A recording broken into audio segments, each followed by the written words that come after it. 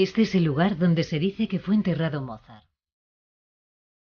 El sepulturero Joseph Rothmayer probablemente procediera al enterramiento con las primeras luces del alba del 8 de diciembre de 1791. El cuerpo de Mozart había sido trasladado desde la Catedral de San Esteban, justo después del anochecer del día anterior, siguiendo el procedimiento habitual.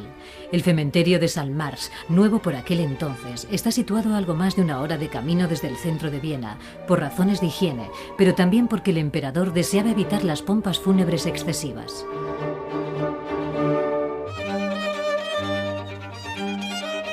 Nadie siguió al modesto féretro, nadie vio desaparecer el cuerpo en la sepultura común. Toda la historia del cráneo de Mozart se basa en la leyenda.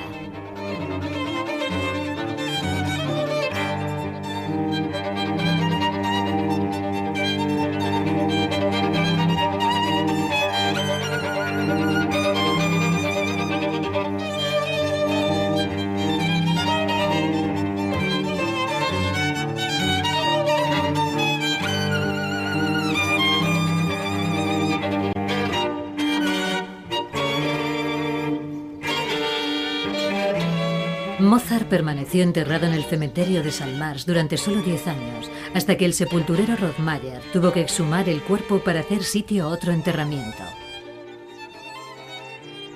Enterró los huesos deprisa y se quedó con el cráneo, un caso claro de expolio de sepultura. A la muerte del enterrador, su oficina y el cráneo pasaron a manos de su sucesor, Joseph Ravchov. Se dice que Ravchov entregó el cráneo a su amigo Jacob Hill como obsequio en 1842. Por aquel entonces Mozart ya llevaba medio siglo muerto.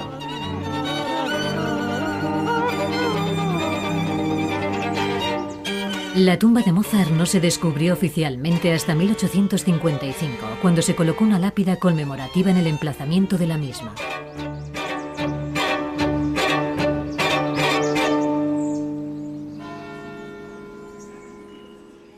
Cuando el reloj marcaba las 6 de la mañana en la Catedral de San Esteban de Viena, el barbero ya iba de camino hacia la casa de Mozart. La casa de Fígaro en Domgasse es la única residencia de Mozart que sigue existiendo en la actualidad. Todas las mañanas el barbero despertaba al compositor y le ayudaba a vestirse. A Mozart le gustaba madrugar para aprovechar las horas de luz. Las primeras horas del día las dedicaba a componer. Mozart componía muy rápido. Debió escribir alrededor de 2000 notas diarias para crear tantas obras durante su corta vida.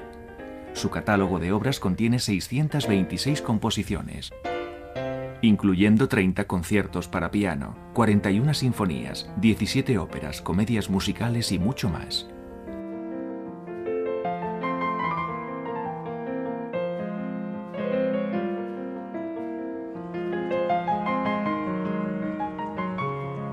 El misterioso cráneo de Mozart ha estado en posesión de su ciudad natal, Salzburgo, desde 1902. El cráneo estuvo expuesto en la casa donde nació hasta 1940. Después se consideró que tal exposición era de un gusto cuestionable y se guardó en la cámara acorazada de la Fundación Mozarteum. Desde entonces solo han podido acceder al supuesto cráneo de Mozart los científicos, quienes han demostrado su autenticidad muchas veces, refutándola también otras tantas. El llamado cráneo de Mozart está siendo preparado para un viaje memorable. Su destino es el Instituto Forense de la Universidad de Innsbruck. Por primera vez se utilizará el análisis de ADN para determinar si este cráneo perteneció realmente a Wolfgang Amadeus Mozart.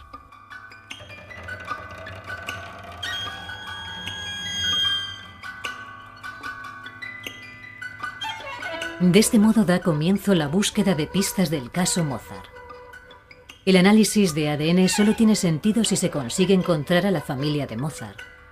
Por esa razón, se está preparando la sepultura de la familia Mozart en el cementerio de San Sebastián en Salzburgo para su exhumación, con la autorización de la ciudad de Salzburgo, por supuesto. Se cree que la viuda de Mozart, Constanza, y su segundo marido, Georg Nissen, están enterrados aquí, al igual que su padre, Leopold, su abuela, Eufrosina, y su sobrina Janet. Los investigadores están buscando a la abuela y a la sobrina de Mozart. En casos históricos como este solamente interesan los parientes femeninos, porque el ADN materno es el único que se transmite sin alteraciones.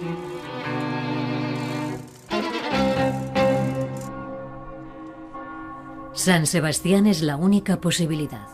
La madre de Mozart falleció en París y fue enterrada en un cementerio sobre el cual se ha construido, habiendo desaparecido para siempre.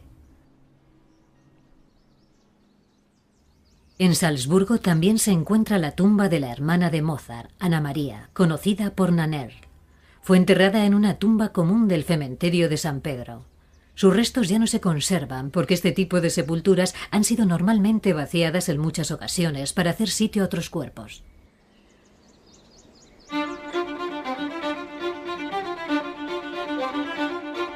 El cráneo va de camino al Instituto Forense de Innsbruck. La decisión de analizar el cráneo no ha estado libre de polémica en la Fundación Mozarteum. Al fin y al cabo, siempre que se manipula una reliquia histórica, existe algún riesgo. Sin embargo, solo el análisis de ADN podrá determinar si el cráneo es genuino o no. Además, en el fondo, la Fundación no cree que su misión deba ser la de honrar una reliquia cuestionable, sino más bien la de cultivar activamente la obra de Mozart.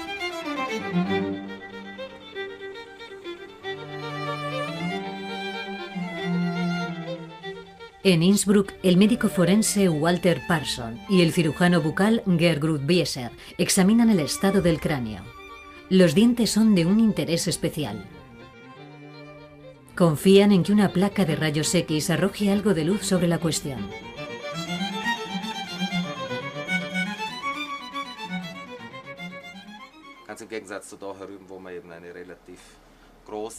Para los rayos X se utilizan dos dientes intactos. Cualquier deterioro del esmalte puede contaminar la pulpa dental, inutilizándola para su análisis. Con un material tan antiguo, el éxito del proyecto podría ser incierto. Confío en obtener algún resultado. En otras palabras, confío en encontrar ADN suficiente en el diente para poder producir algún resultado. Una vez extraídas las muestras comparativas, lo sabremos con seguridad. Para garantizar la objetividad de los resultados, todas las pruebas se llevan a cabo por duplicado. El colega de Parson se encuentra en Estados Unidos. Tom Parson, de AFDIL. Hola Tom, soy Walter. Hola Walter, ¿cómo estás? Muy bien, ¿recibiste las radiografías? ¿Las has examinado? Sí, las tengo aquí en el ordenador. Creemos que los dientes 4 y 5 del lado derecho podrían ser una buena opción. Muy bien, parecen estar relativamente intactos y no hay signos visibles de rotura.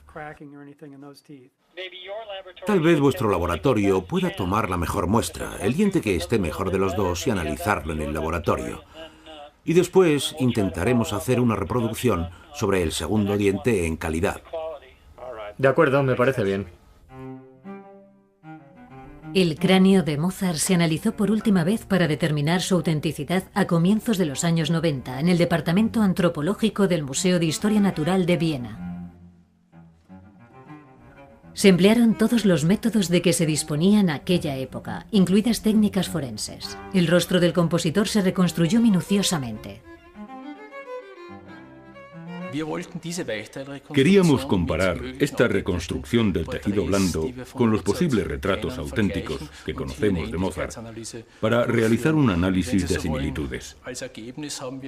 Lo que descubrimos fue básicamente que no existe razón para creer que el cráneo no sea auténtico. No obstante, una reconstrucción facial realizada sin una imagen auténtica de Mozart evidentemente deja espacio a la interpretación.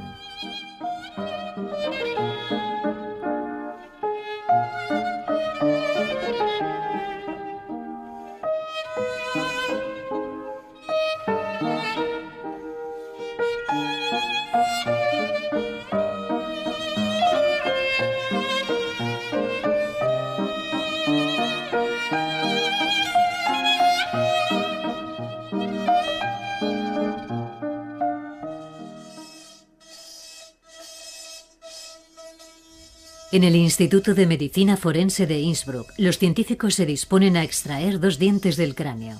Uno permanecerá ahí, mientras que el otro se enviará al experto de Estados Unidos. La extracción de los dientes es una labor delicada, porque se encuentran firmemente adheridos al hueso de la mandíbula. Intentémoslo de nuevo a ver qué podemos hacer. ¿Sale? No. Todavía no.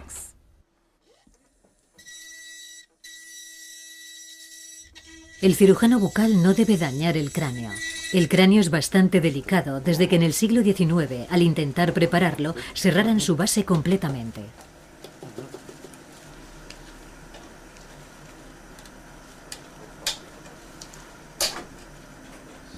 Ya cede.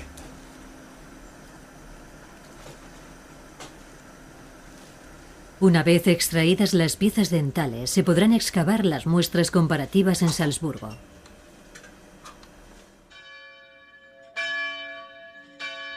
La sepultura de la familia Mozart ya fue abierta una vez hace más de 100 años. En aquella ocasión, el archivista de la Fundación Mozarteum, Johann Engel, exhumó 4 esqueletos. Si sus descripciones son precisas, los huesos de la abuela y de la sobrina de Mozart deberían seguir intactos en la tumba. No obstante, el arqueólogo Wilfred Kovačević no tiene la certeza de que este sea el caso. Espero por lo menos que encontremos a una de las 2 mujeres que buscamos.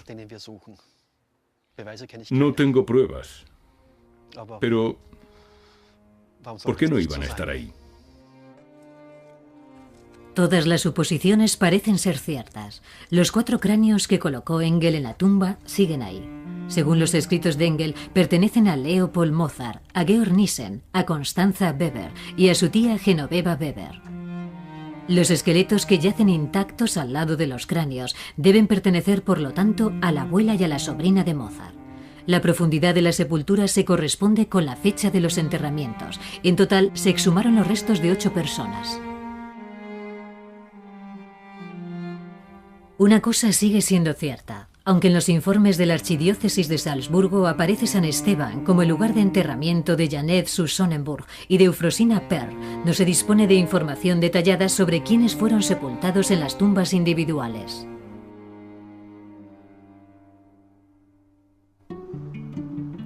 Laboratorio de Identificación de ADN de las Fuerzas Armadas de los Estados Unidos en Rockville, Maryland. Tom Parson es un experto en casos históricos. Fue Parson quien demostró hace algunos años que los restos del último zar de Rusia y de su familia eran auténticos. En el laboratorio también se lleva a cabo la identificación de restos de soldados. En un congelador gigante se guardan más de 4 millones de muestras de sangre de miembros del ejército.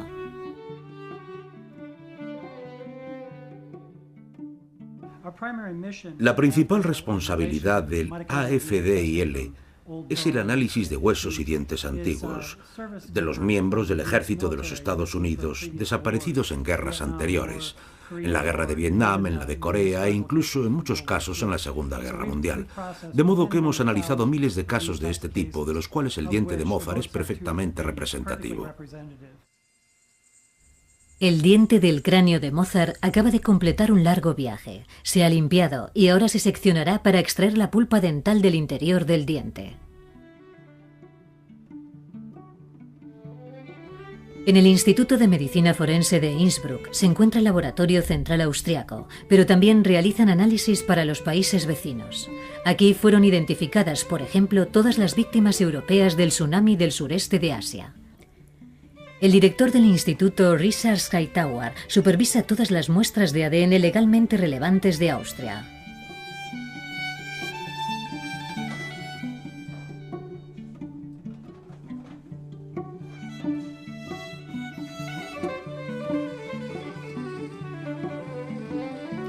Hightower y Parson esperan extraer el máximo posible de pulpa, pero no deben destruir el esmalte. Los dientes deberán volver a insertarse en el cráneo con un relleno plástico. Ambos equipos están satisfechos por la cantidad de pulpa extraída del diente. En su momento se comprobará si la calidad de la sustancia es suficiente. Con un material biológico tan antiguo como este, la cantidad de ADN disponible es tan pequeña que no se puede descodificar.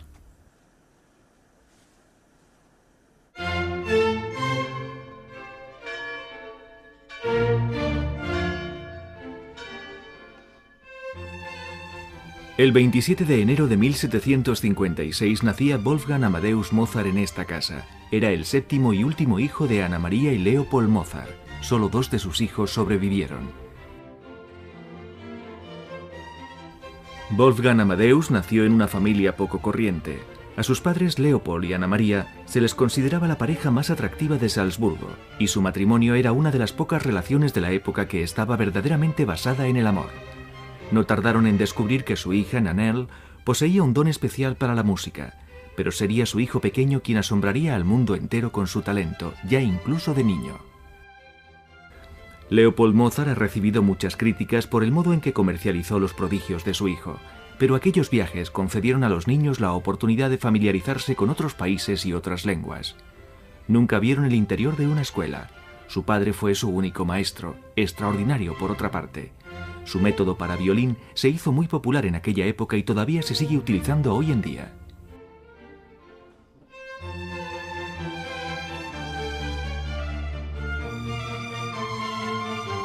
Los únicos compañeros de juego que conocieron Nannerl y Wolfgang fueron el piano y el violín, lo cual evidentemente les agradaba. No les fue posible tener una infancia tal y como la entendemos en la actualidad. Leopold Mozart hizo de la crianza y de la educación de sus hijos el principal propósito de su vida. Les enseñó todo lo que sabía. El padre de Mozart no era en absoluto meramente músico, también sentía interés por la filosofía, las lenguas, la literatura, la historia y la política. Su biblioteca moldeó la educación de sus hijos desde el principio.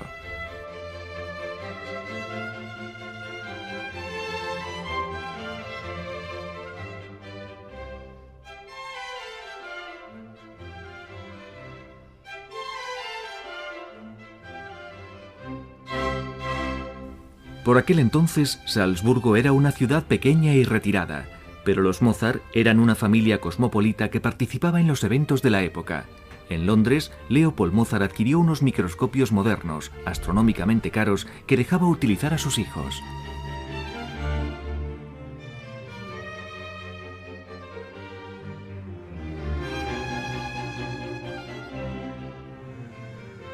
En Innsbruck, el análisis de ADN del misterioso cráneo de Mozart entra en la siguiente fase. Se produce una solución con la pulpa dental que será sometida a un complejo proceso químico para prepararla para el análisis definitivo.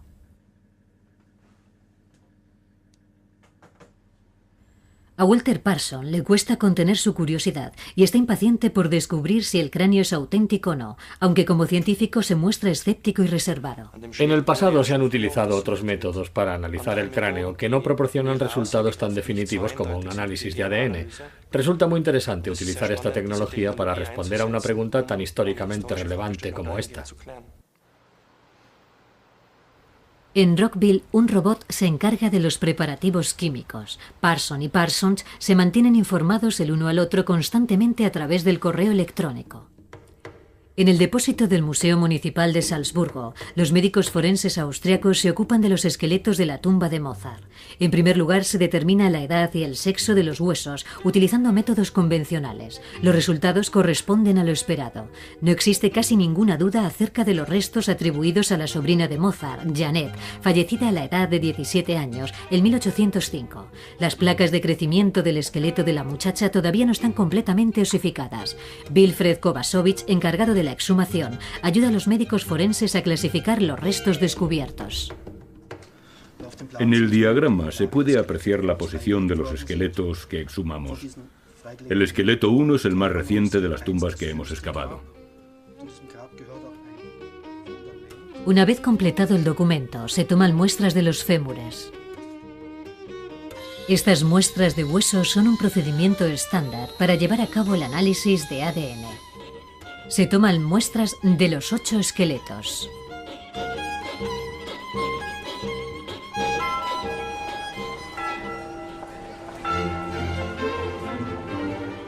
En Salzburgo, Mozart ya era un jovencito. La familia se trasladó a un espacioso piso en la plaza del mercado.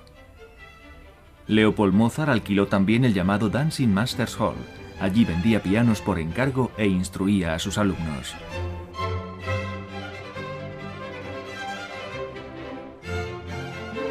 Más que conciertos, en la casa se podían escuchar disparos e impactos de proyectiles. A la familia Mozart le encantaba jugar al tiro al blanco. Utilizaban un tipo de pistola de aire comprimido para acertar en las dianas. Ana María mencionaba este pasatiempo en sus diarios más que los conciertos. Los discos de la diana se colocaban siguiendo exactamente las instrucciones de Mozart. Aquí vemos a su hermana Nannerl con el Fox Terrier Pimper y a un hombre observando las posaderas de otro. Por aquel entonces ya había cumplido los 20 años, y evidentemente Mozart empezaba a sentirse oprimido en Salzburgo.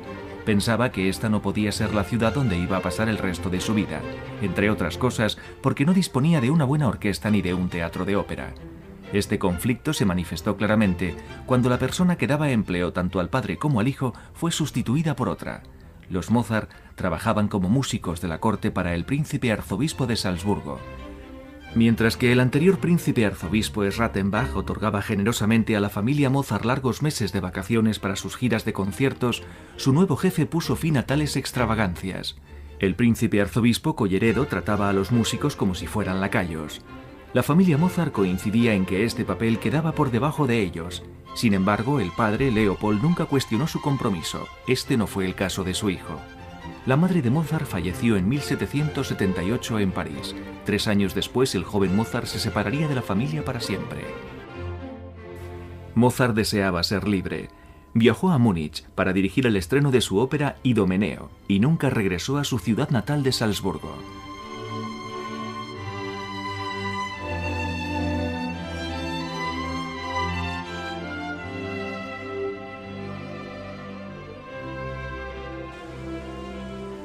La invitación de Colleredo a Viena no fue amistosa. Al fin y al cabo, Mozart había prolongado sus vacaciones 3 meses. Colleredo estaba residiendo en la Deutsche Ordenhaus, casa de la Orden Teutónica en Viena, y necesitaba a Mozart para los conciertos. Mozart llegó a Viena agotado por el largo viaje y se le ordenó que se sentara al piano inmediatamente. En una carta a su padre se quejaba amargamente de Colleredo calificándole de burdo.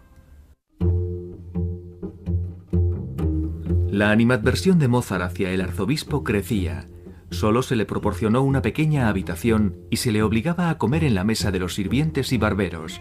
Las comidas y el sueldo irrisorios que percibía los consideraba una afrenta.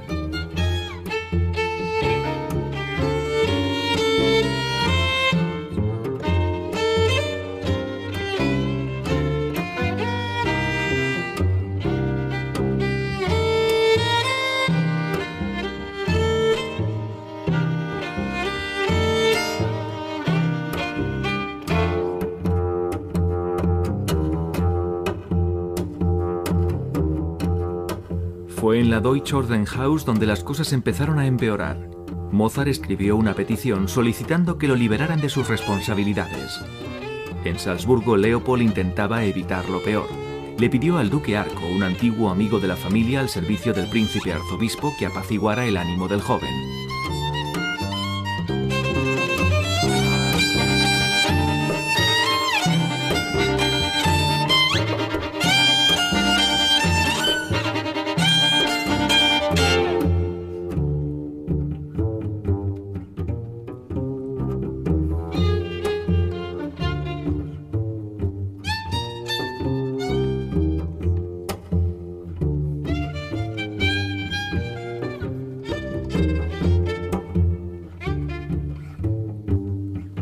Mozart decidió arriesgarse. No dejaba de acosar al duque pidiéndole que le dispensara de sus obligaciones hasta que el duque también perdió los nervios.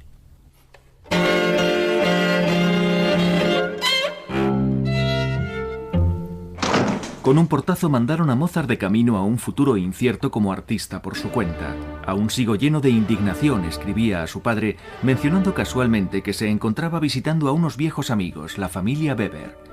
Mientras que a su padre le saltaron las alarmas al recibir tales noticias, Mozart describía su futuro de color de rosa, unos ingresos potenciales como profesor con los que nunca había soñado y un rápido ascenso como pianista. Con mucha confianza describía Viena como la tierra del piano. Algunos supuestos rizos del pelo de Mozart han sobrevivido al paso de los siglos detrás de un cristal. En la actualidad pertenecen a la Fundación Mozarteum. A Walter Parsons solo se le permite tomar unos pocos folículos de pelo como muestra.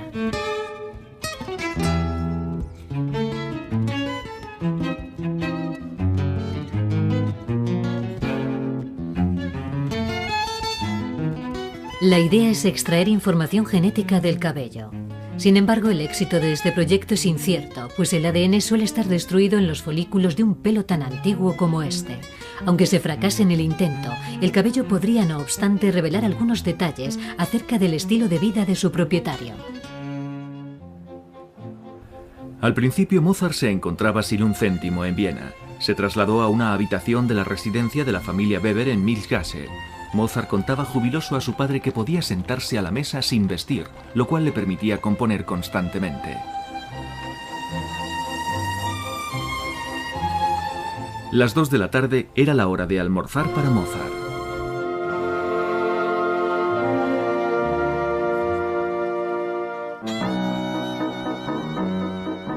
El compositor detestaba comer solo. Aceptaba cualquier invitación que prometiera almorzar en compañía de otros. Prefería visitar a sus alumnas de piano a la hora del almuerzo y así se convertía en el invitado a cenar de muchas de las casas nobles de la ciudad. Mozart se citaba incluso con otros músicos y libretistas alrededor del mediodía para concluir en un almuerzo de trabajo.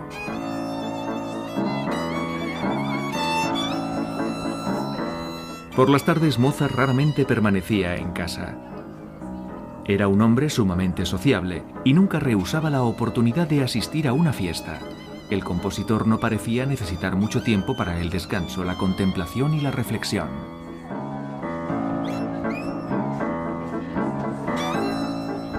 Mozart era un gourmet. En sus cartas hablaba con pasión de la deliciosa carbonade, de capones tiernos y de buen pescado. Muchas de las referencias eran casi de naturaleza disipada. No en vano, Mozart ya lucía papada a la edad de 30 años.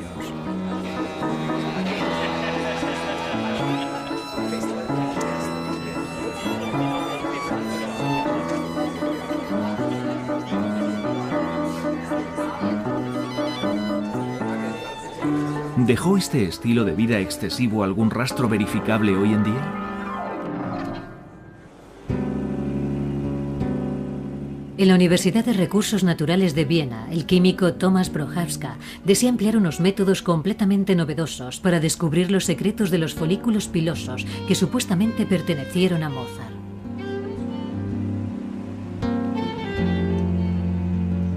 Se proyecta un rayo láser sobre cada una de las muestras para separar una capa de la superficie tan fina como una cuchilla de afeitar. La sustancia se evapora dentro de un espectrómetro de masa, donde las moléculas se recolocan ellas mismas según el peso y el tamaño. Esto permite visualizar todos los elementos retenidos en el cabello. El análisis se centra en los metales pesados. Existen otros elementos ahí, como el mercurio, que se empleaba ampliamente como medicamento en aquella época, en el caso de algunas enfermedades de transmisión sexual, por ejemplo. Supuestamente el padre de Mozart, que era un lego en materia de medicina, solía tratar a su hijo con medicamentos que preparaba él mismo. De manera que encontramos varios elementos, entre ellos mercurio, plomo, arsénico o antimonio, empleados también como medicamento. Cuando sus hijos estaban enfermos, Leopold Mozart supuestamente les suministraba una sustancia denominada polvo de margrave, una atrevida mezcla compuesta, según cuentan, de unicornio, momia y mercurio. Este metal pesado tóxico se empleaba en numerosos medicamentos de la época. El envenenamiento por mercurio provoca depresión, fiebre, escalofríos, sarpullidos y en algunos casos incluso la muerte.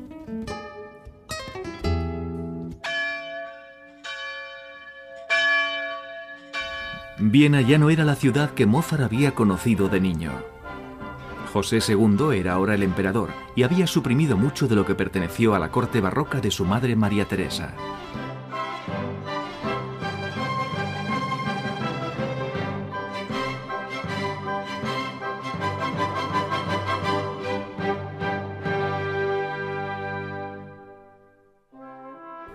Al joven emperador no le preocupaba la etiqueta de la corte.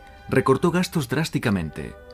Mozart lo consideraba un avaro, aunque el emperador y el músico siempre se dirigieron el uno al otro con respeto. José II reverenciaba a Mozart, pero se negaba a conceder al compositor el puesto remunerado en la corte que Mozart deseaba.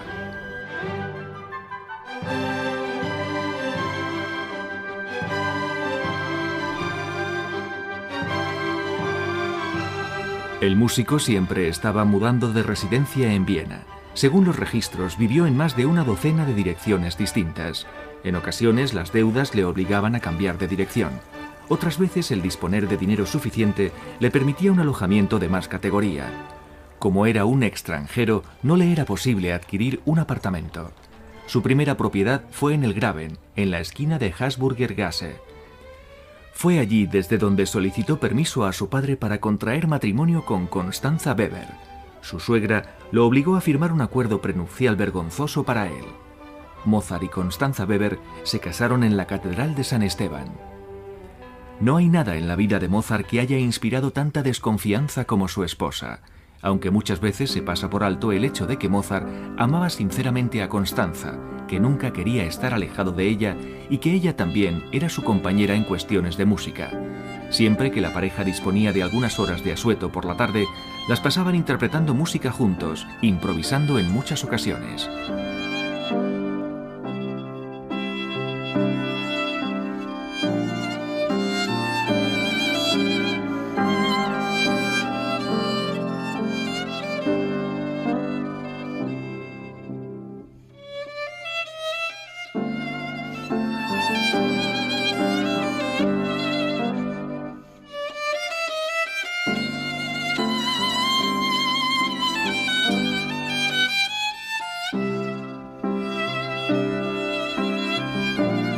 La familia Mozart llevaba una vida ajetreada.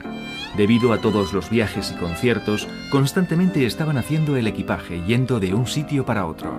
Después de pasar algunos meses viviendo en la plaza Judenplatz, llegó el momento de mudarse otra vez. Uno de los siguientes lugares de residencia de Mozart sería el Trattnerhof en Graben, un edificio muy moderno para la época que hasta contenía un salón de conciertos. En 9 años de matrimonio, Constanza dio a luz a 6 hijos, de los cuales solo 2 sobrevivieron. Debido al alto índice de mortalidad infantil de aquella época, los padres no reconocían verdaderamente a sus hijos hasta su segundo o tercer año de vida. Pero los Mozart sufrían cada vez que se les moría un bebé. Los dos nos sentimos muy apenados por el pobre y querido niño gordito, escribió. El pequeño fue enterrado en el cementerio de Matzleinsdorf. La historia del cráneo del cementerio de Salmars siguió envuelta en misterio durante las décadas siguientes al fallecimiento de Mozart.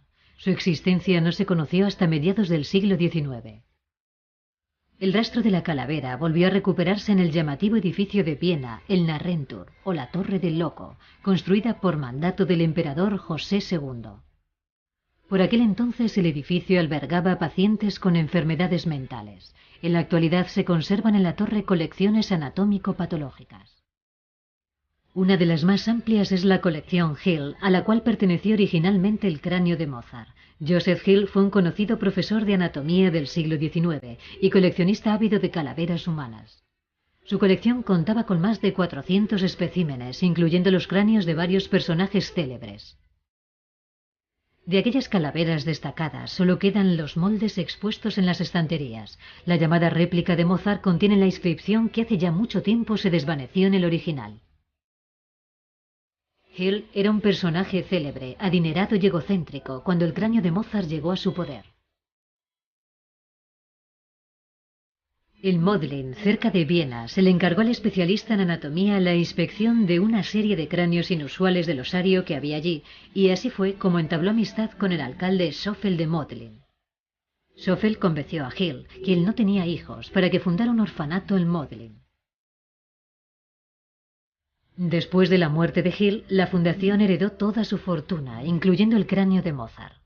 El cráneo no estuvo presente en el orfanato durante una serie de años, pero acabó volviendo allí en 1902 y Schoffel lo donó a la ciudad de Salzburgo.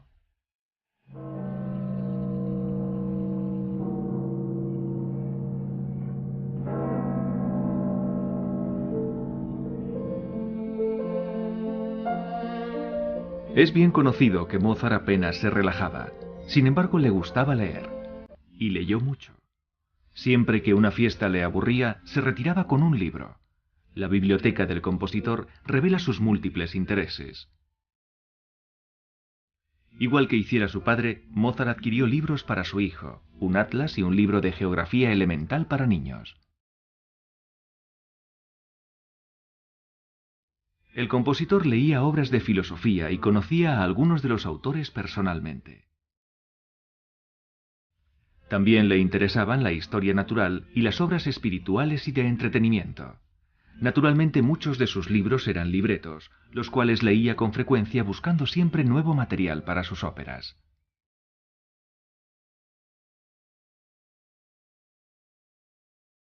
La biblioteca de Mozart es muy valiosa, pero como refleja el registro de sus bienes, los objetos más caros que poseyó no fueron sus libros, ni sus instrumentos, ni sus muebles, sino más bien su ropa.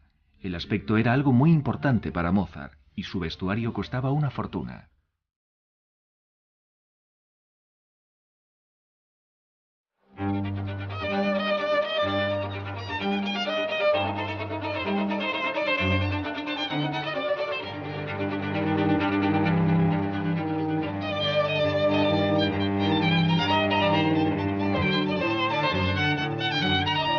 Mozart y el dinero, un tema complicado. El cliché de compositor necesitado no es exacto. Mozart ganó mucho dinero en Viena. Se ha demostrado que en sus mejores años ganaba el equivalente a más de 300.000 euros anuales. Incluso en los años malos, durante la Guerra Turca, siguió ganando alrededor de 100.000 euros.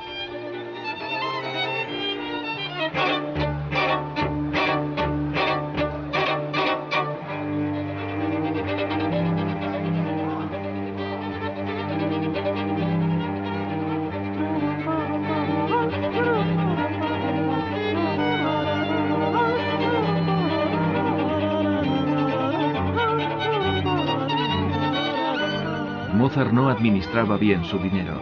Cuando lo tenía lo gastaba a manos llenas. Cuando no lo tenía amontonaba deudas incontroladamente y solo saldó una parte de ellas. No existe una explicación fiable de a dónde fue a parar todo el dinero.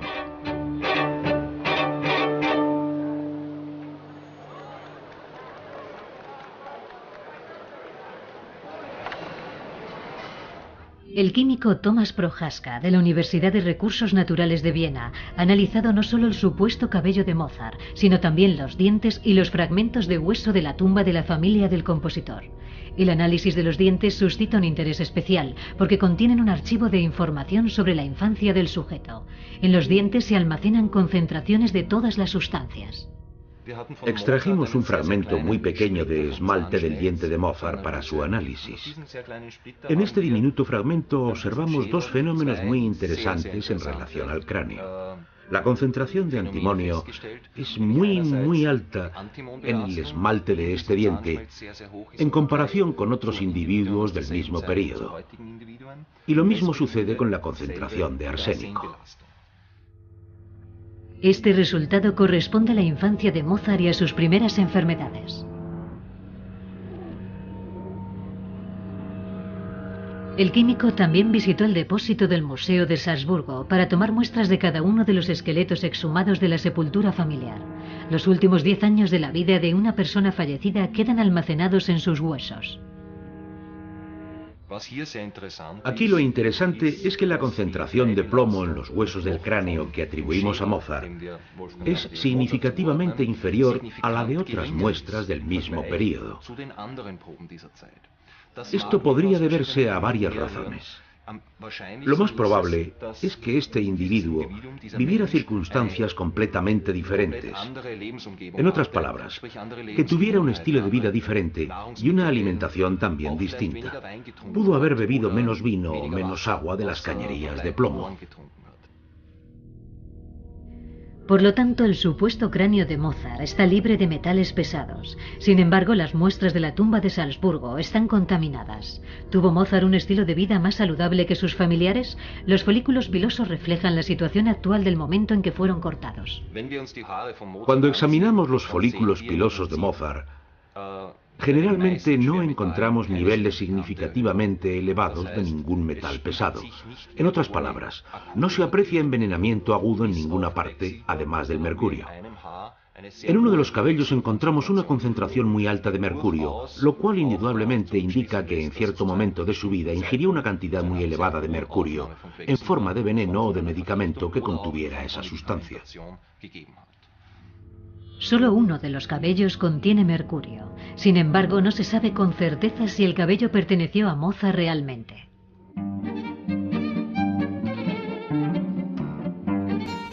Mozart tenía una sala de billar para su uso particular. La mesa de billar era una de sus posesiones más valiosas. Le gustaba jugar y lo hacía con frecuencia. ¿Era Mozart un buen jugador? Su propia opinión difiere de la de sus contrincantes. Como siempre, apostaba dinero. Debió perder enormes sumas repetidamente.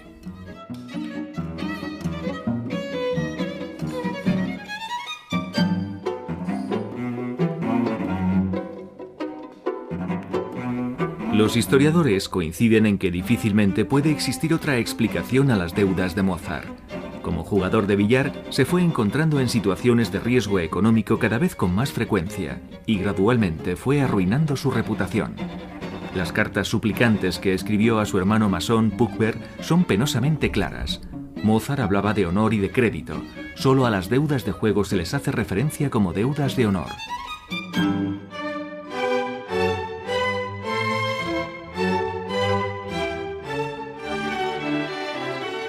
Aunque Mozart era toda una estrella en Praga y se le invitaba con frecuencia a Rusia y a Inglaterra, su reconocimiento no alcanzó la misma altura en Viena.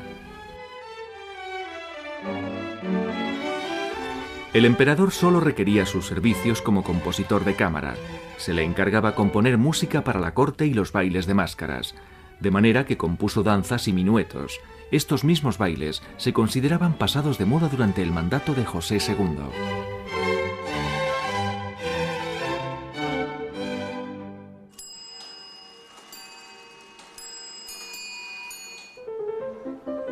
Mozart ganó mucho dinero como virtuoso del piano. Cuando más éxito alcanzaba era cuando él mismo interpretaba la música. Como cualquier estrella, Mozart solo tocaba su propio instrumento. Esto significaba que todos los días su piano debía ser trasladado de un lugar a otro de la ciudad.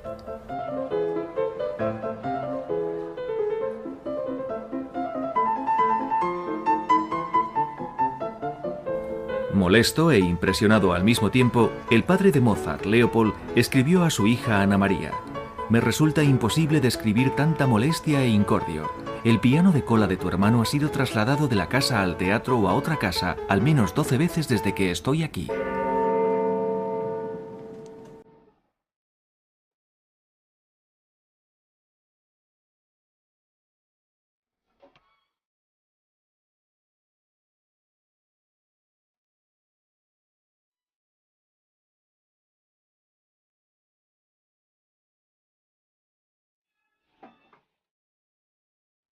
Los esqueletos de la tumba de la familia Mozart han prestado su servicio a la ciencia.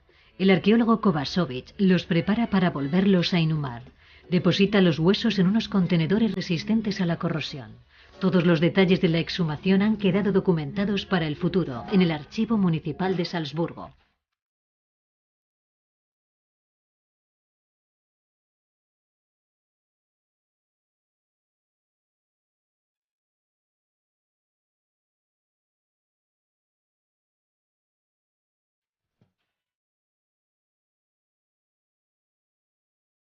De nuevo se ha vuelto a abrir la tumba del cementerio de San Sebastián en Salzburgo. El sepulturero vuelve a colocar los huesos sobre la tierra.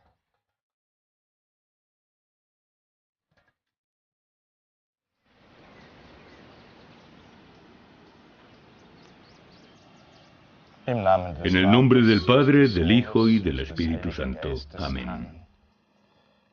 Confiando en la gracia divina del Señor, recemos por quienes están enterrados aquí y por aquellos que serán enterrados aquí de nuevo.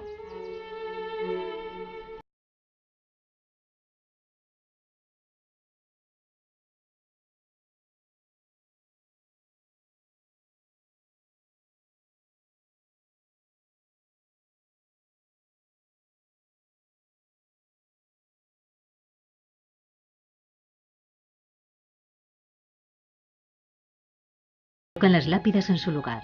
Sin embargo, no existe la certeza de que los nombres que aparecen en la lápida correspondan a las personas enterradas en la tumba. Es hora de aclarar su identidad.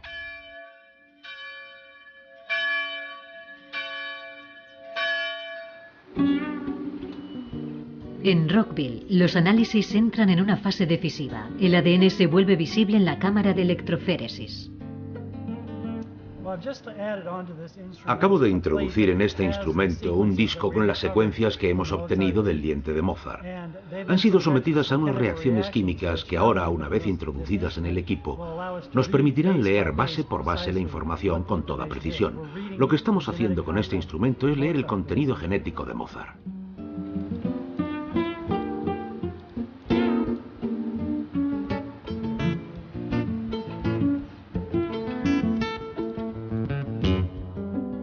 En Innsbruck también se está llevando a cabo el análisis. Las imágenes que están apareciendo en el monitor de Walter Parson son la información genética del cráneo que pudo pertenecer a Wolfgang Amadeus Mozart.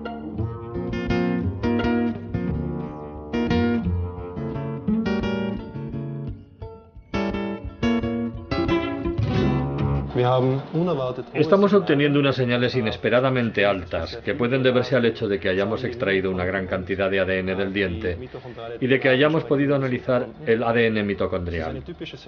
Es una secuencia típica de las encontradas en Europa y que cabría esperar en Europa Central. El laboratorio de Tom Parsons en Estados Unidos obtuvo exactamente los mismos resultados que hemos obtenido nosotros en Innsbruck, de modo que eso corrobora completamente nuestro análisis de los datos. Ambos laboratorios han descodificado la información genética del cráneo y la información coincide plenamente. Un primer paso de éxito para los científicos, que ahora tendrán que empezar a comparar los datos con la información obtenida de los familiares de Mozart a través de una tediosa tarea de ordenador. La información ha de compararse secuencia a secuencia y debe analizarse un enorme volumen de datos.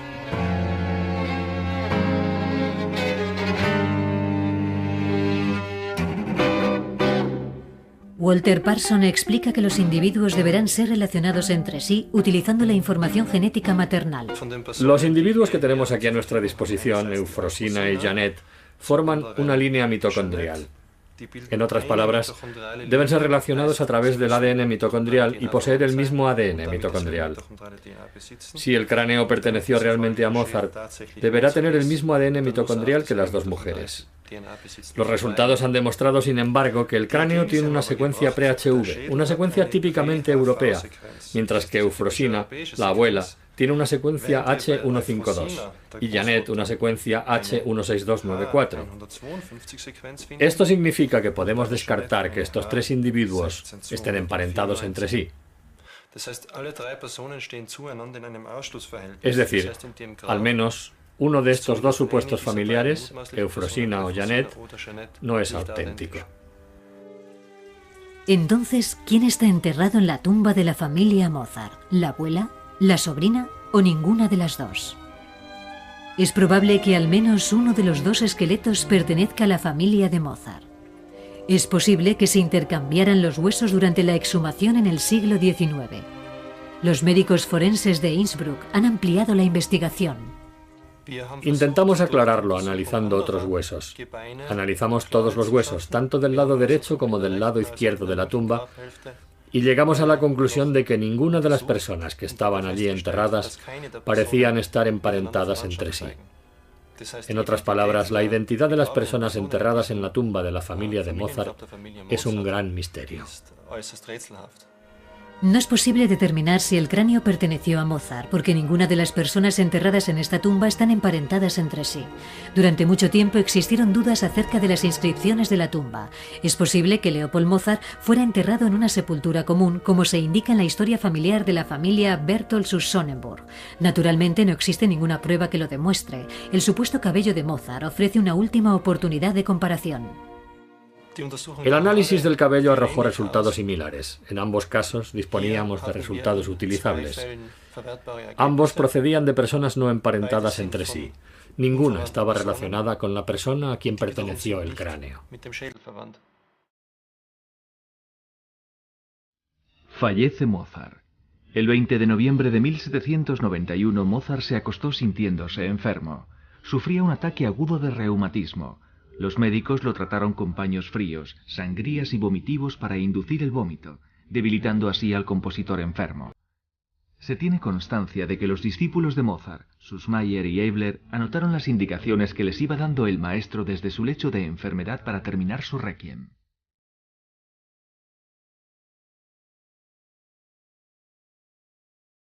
Todo acabó en las primeras horas del día 5 de diciembre.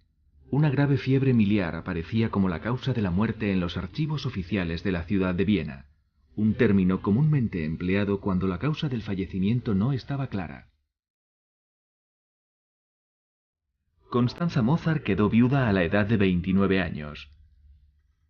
No dispuso de ningún apoyo económico, Mozart sencillamente olvidó hacerse miembro del Fondo de Pensiones para Músicos.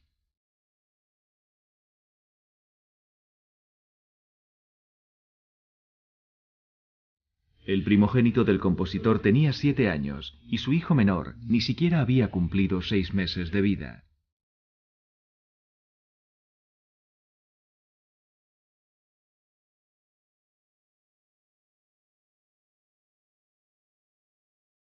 La tarde del 7 de diciembre de 1791 se recogió el cuerpo de Mozart de su piso de Rauhensteingasse y fue trasladado a la Catedral de San Esteban.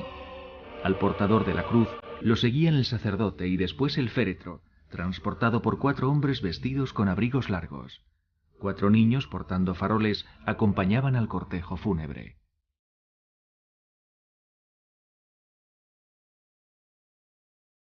Se desconoce si el féretro fue acompañado por amigos o familiares. La posteridad nunca perdonó a Constanza Mozart el hecho de que no pudiera asistir a los funerales en la catedral.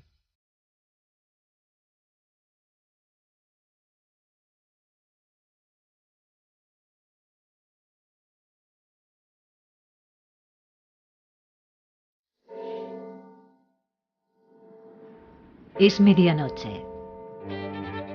Reina el silencio en el cementerio de San Sebastián. Los muertos se han vuelto a llevar sus secretos a la tumba, dejando atrás nuevas claves que descifrar. El cráneo desveló muchas cosas a los científicos, pero hasta ahora el misterio no ha hecho más que crecer.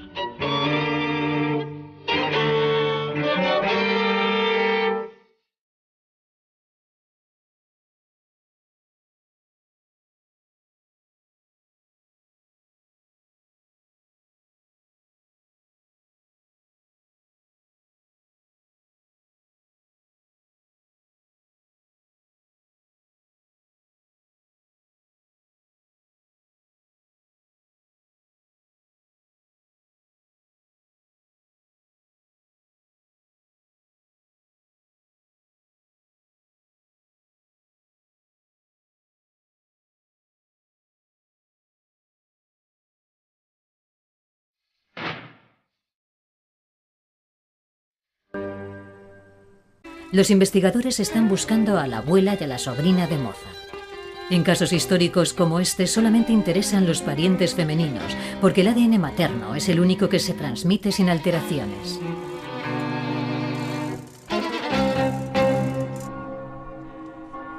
San Sebastián es la única posibilidad.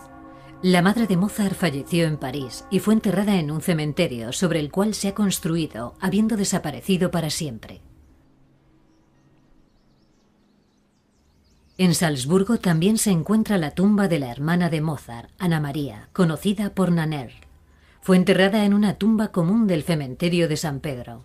Sus restos ya no se conservan porque este tipo de sepulturas han sido normalmente vaciadas en muchas ocasiones para hacer sitio a otros cuerpos.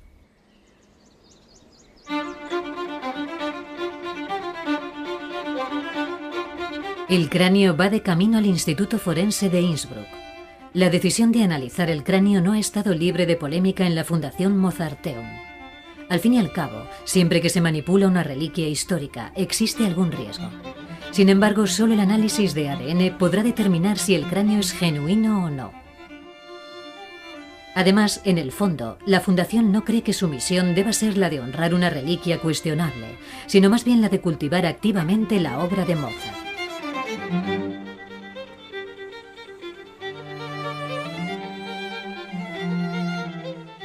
En Innsbruck, el médico forense Walter Parson y el cirujano bucal Gertrud Bieser examinan el estado del cráneo. Los dientes son de un interés especial. Confían en que una placa de rayos X arroje algo de luz sobre la cuestión.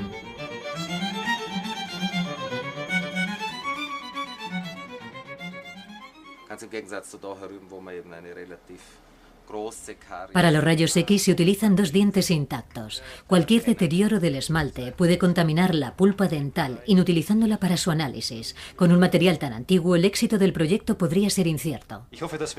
Confío en obtener algún resultado. En otras palabras, confío en encontrar ADN suficiente en el diente para poder producir algún resultado. Una vez extraídas las muestras comparativas, lo sabremos con seguridad.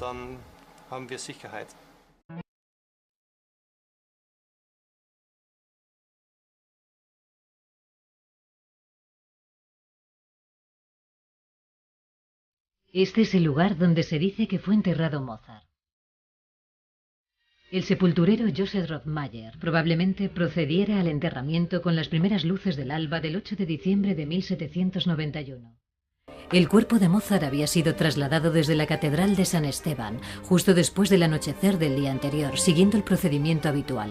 El cementerio de San Mars, nuevo por aquel entonces, está situado a algo más de 1 hora de camino desde el centro de Viena, por razones de higiene, pero también porque el emperador deseaba evitar las pompas fúnebres excesivas.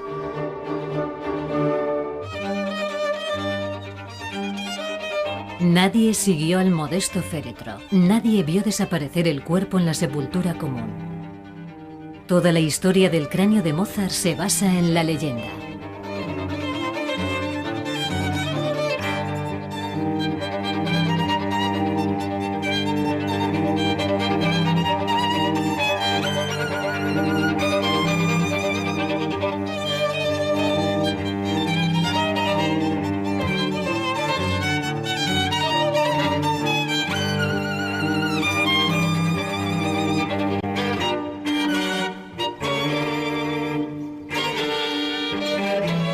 Mozart permaneció enterrado en el cementerio de San Mars durante solo 10 años, hasta que el sepulturero Rothmayer tuvo que exhumar el cuerpo para hacer sitio a otro enterramiento. Enterró los huesos deprisa y se quedó con el cráneo, un caso claro de expolio de sepultura. A la muerte del enterrador, su oficina y el cráneo pasaron a manos de su sucesor, Joseph Ravchov. Se dice que Ravchov entregó el cráneo a su amigo Jacob Hill como obsequio en 1842. Por aquel entonces Mozart ya llevaba medio siglo muerto.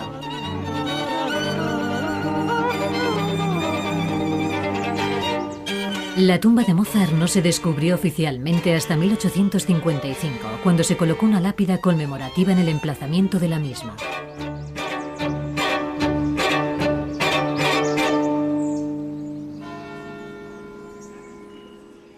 Cuando el reloj marcaba las 6 de la mañana en la Catedral de San Esteban de Viena, el barbero ya iba de camino hacia la casa de Mozart. La casa de Fígaro en Domgasse es la única residencia de Mozart que sigue existiendo en la actualidad. Todas las mañanas el barbero despertaba al compositor y le ayudaba a vestirse. A Mozart le gustaba madrugar para aprovechar las horas de luz. Las primeras horas del día las dedicaba a componer. Mozart componía muy rápido. Debió escribir alrededor de 2000 notas diarias para crear tantas obras durante su corta vida.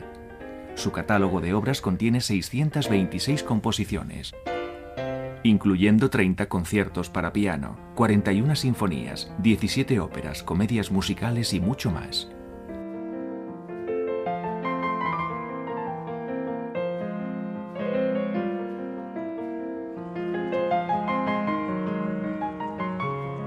El misterioso cráneo de Mozart ha estado en posesión de su ciudad natal, Salzburgo, desde 1902. El cráneo estuvo expuesto en la casa donde nació hasta 1940. Después se consideró que tal exposición era de un gusto cuestionable y se guardó en la cámara acorazada de la Fundación Mozarteum. Desde entonces solo han podido acceder al supuesto cráneo de Mozart los científicos, quienes han demostrado su autenticidad muchas veces, refutándola también otras tantas. El llamado cráneo de Mozart está siendo preparado para un viaje memorable. Su destino es el Instituto Forense de la Universidad de Innsbruck. Por primera vez se utilizará el análisis de ADN para determinar si este cráneo perteneció realmente a Wolfgang Amadeus Mozart.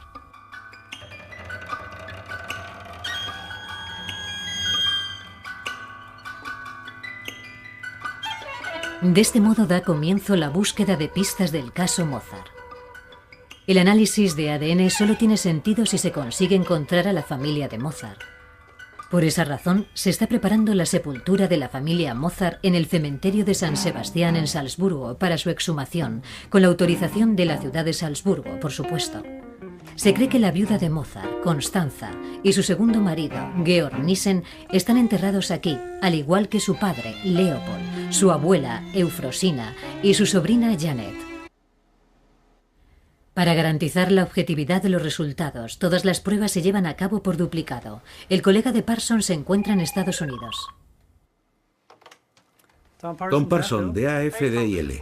Hola Tom, soy Walter. Hola Walter, ¿cómo estás? Muy bien, ¿recibiste las radiografías? ¿Las has examinado? Sí, las tengo aquí en el ordenador. Creemos que los dientes 4 y 5 del lado derecho podrían ser una buena opción. Muy bien, parecen estar relativamente intactos y no hay signos visibles de rotura. Tal vez vuestro laboratorio pueda tomar la mejor muestra, el diente que esté mejor de los dos y analizarlo en el laboratorio. Y después intentaremos hacer una reproducción sobre el segundo diente en calidad. De acuerdo, me parece bien. El cráneo de Mozart se analizó por última vez para determinar su autenticidad a comienzos de los años 90 en el Departamento Antropológico del Museo de Historia Natural de Viena.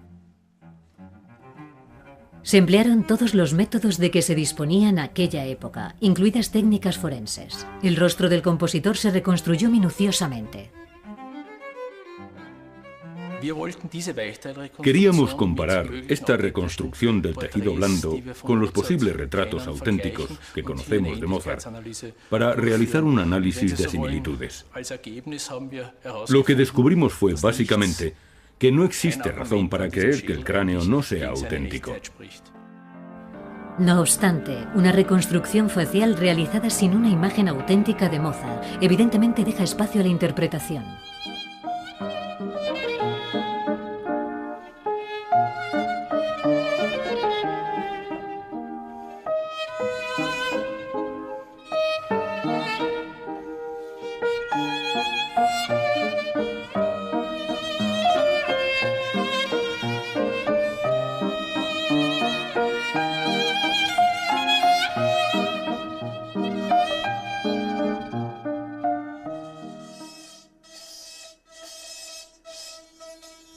En el Instituto de Medicina Forense de Innsbruck, los científicos se disponen a extraer 2 dientes del cráneo. Uno permanecerá ahí, mientras que el otro se enviará al experto de Estados Unidos. La extracción de los dientes es una labor delicada, porque se encuentran firmemente adheridos al hueso de la mandíbula. Intentémoslo de nuevo a ver qué podemos hacer. ¿Sale? No. Todavía no.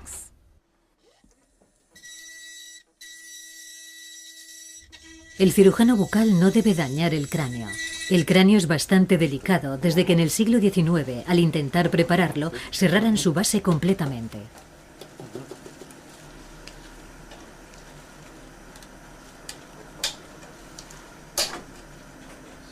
Ya cede.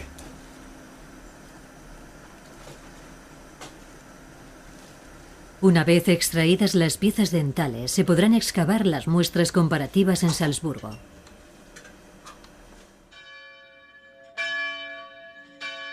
La sepultura de la familia Mozart ya fue abierta una vez hace más de 100 años. En aquella ocasión, el archivista de la Fundación Mozarteum, Johann Engel, exhumó 4 esqueletos. Si sus descripciones son precisas, los huesos de la abuela y de la sobrina de Mozart deberían seguir intactos en la tumba. No obstante, el arqueólogo Wilfred Kovačević no tiene la certeza de que este sea el caso. Espero por lo menos que encontremos a una de las 2 mujeres que buscamos.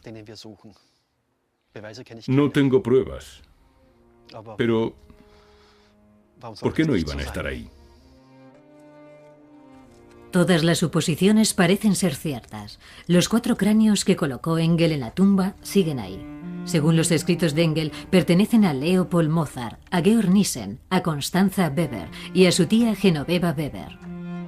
Los esqueletos que yacen intactos al lado de los cráneos deben pertenecer, por lo tanto, a la abuela y a la sobrina de Mozart. La profundidad de la sepultura se corresponde con la fecha de los enterramientos. En total, se exhumaron los restos de 8 personas. Una cosa sigue siendo cierta. Aunque en los informes de la Archidiócesis de Salzburgo aparece San Esteban como el lugar de enterramiento de Janet zu Sonnenburg y de Eufrosina Perl, no se